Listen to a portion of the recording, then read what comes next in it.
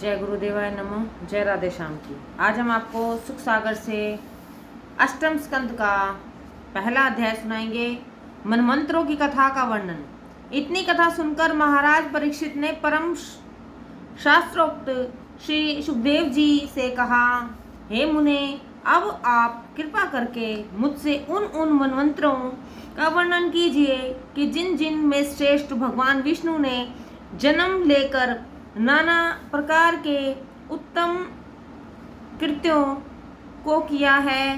हे भगवान, इसके साथ ही मेरी यह प्रार्थना है कि भगवान भविष्य में और भी ऐसे ऐसे कौन चरित्र करेंगे जो संसार के लिए उदाहरण स्वरूप होगा। कृपा कर यह भी हमें सुनाइए। श्री सुखदेव जी बोले, हे राजन, इस कल्प में अब तक 6 मनु व्यतीत हो चुके हैं। उनमें प्रथम मनु का वृतांत मैं तुमसे कह चुका हूँ, जिनके आकुति और देवहूति नाम की 2 कन्याएं थी।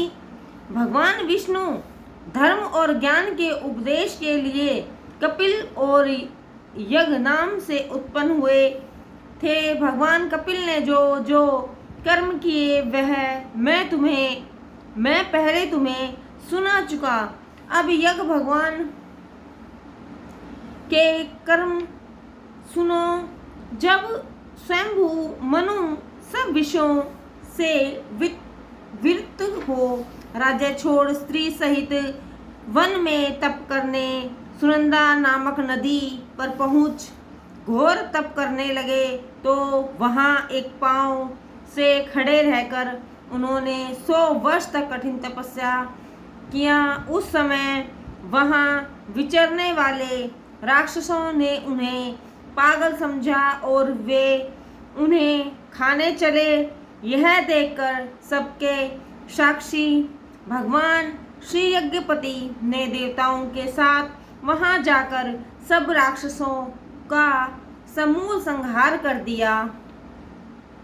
हे गुरुकुल के श्रेष्ठ, इसके पश्चात अग्नि का पुत्र स्वरिचिश दूसरा मनु हुआ और घुम आदि उसके पुत्र हुए। फिर वेदशिरा ऋषि की स्त्री त्रिशरा से भगवान ने विभु नाम से अवतार लिया।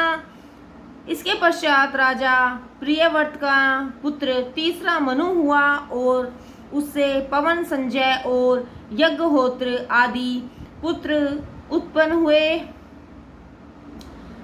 वशिष्ठ जी के परमद आदि बेटे सतश्री, सत्य, वेशश्रुति और भद्र नाम वाले देवता और सत्यजीत नाम का इंद्र हुआ।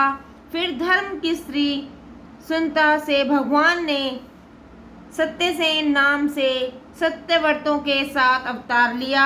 इसके पश्चात उत्तम नाम के तीसरे मनु के भाई तामसेन चौथे मनु का स्थान ग्रहण किया। उसके पृथ ख्याति नर और केतु आदि 10 पुत्र हुए। सत्य, खरी और वीर नाम के देवता हुए।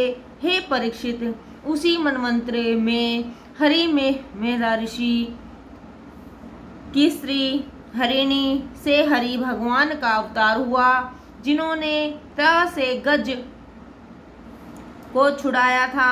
इतनी कथा सुनकर राजा परीक्षित ने कहा, हे वादरायण, अब आप कृपा कर मुझे गज और ग्रह की कथा विस्तार पूर्वक सुनाइए। सूत जी कहते हैं, हे ब्राह्मणों, जब निराहार व्रत से बैठे हुए राजा परीक्षित ने सुखदेव जी से इस प्रकार की कथा कहने के लिए कहा, तो उसे सुनकर सभा में बैठे हुए समस्त श्वेताओं ने राजा की प्रशंसा की। जय गुरुदेवाय नमः। जय राधे श्याम की।